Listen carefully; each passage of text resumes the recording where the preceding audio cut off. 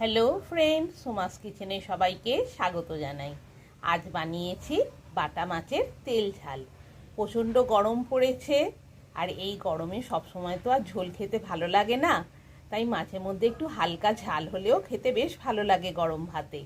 তাই আজ বানিয়েছি বাটা মাছের হালকা তেল ঝাল। আপনারাও বাড়িতে বানিয়ে দেখতে পারেন, খেতে কিন্তু খুবই ভালো হয়।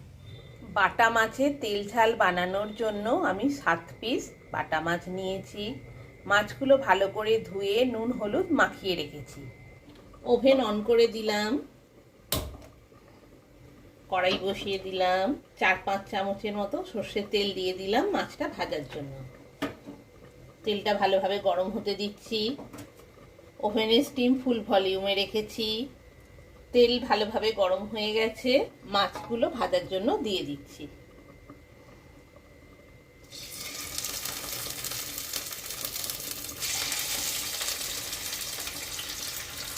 মাছের একটা সাইড ভাজা হয়ে গেছে, অপর সাইডটা উল্টে দিচ্ছি ভেজে নেবার জন্য।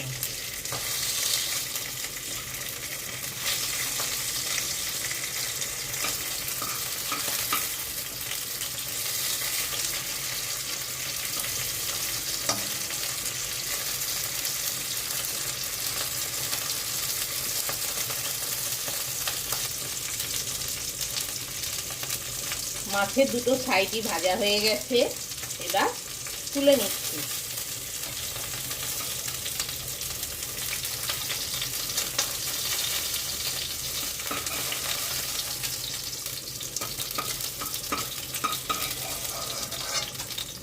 এইভাবে সব মাছগুলো ভেজে নিতে হবে।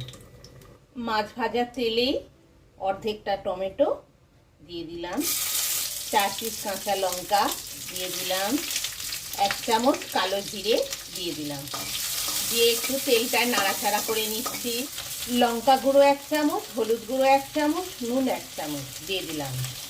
দিয়ে একটু নাড়াচাড়া করে নিলাম, নিয়ে অল্প করে জল দিয়ে দিচ্ছি। এই প্রচণ্ড গরমে হালকা মাছের তেল ঝাল খেতে বেশ গরম ভাতে ভালোই লাগে। সর্ষে বাটা দিয়ে বাটা মাছের তেল ঝাল আমার এই চ্যানেলেই পাবেন, চাইলে দেখে নিতে পারেন। জলটা যেই ফুটে উঠলো, ভাজা মাছগুলো এবার দিয়ে দিচ্ছি।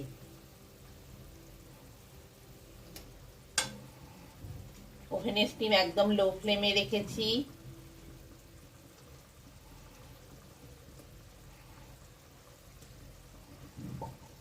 মিনিট 5 রান্না হতে দেব।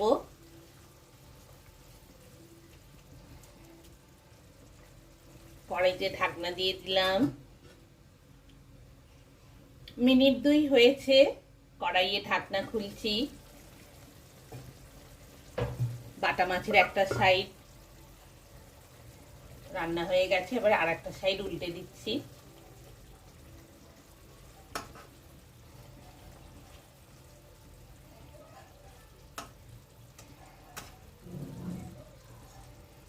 যাতে দুটো সাইডেই ভালোভাবে ঝাল মশলাগুলো ঢোকে।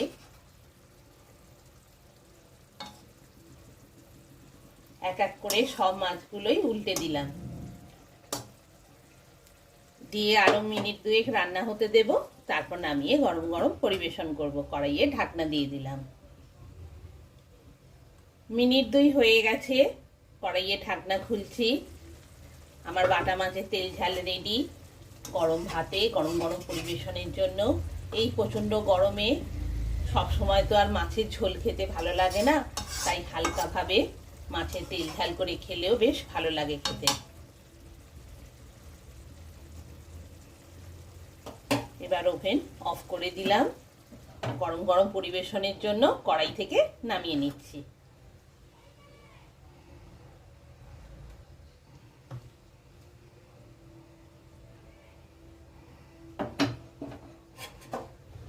আমার বাটা মাছের তেল ঝাল রেডি গরম গরম পরিবেশনের জন্য। নমস্কার।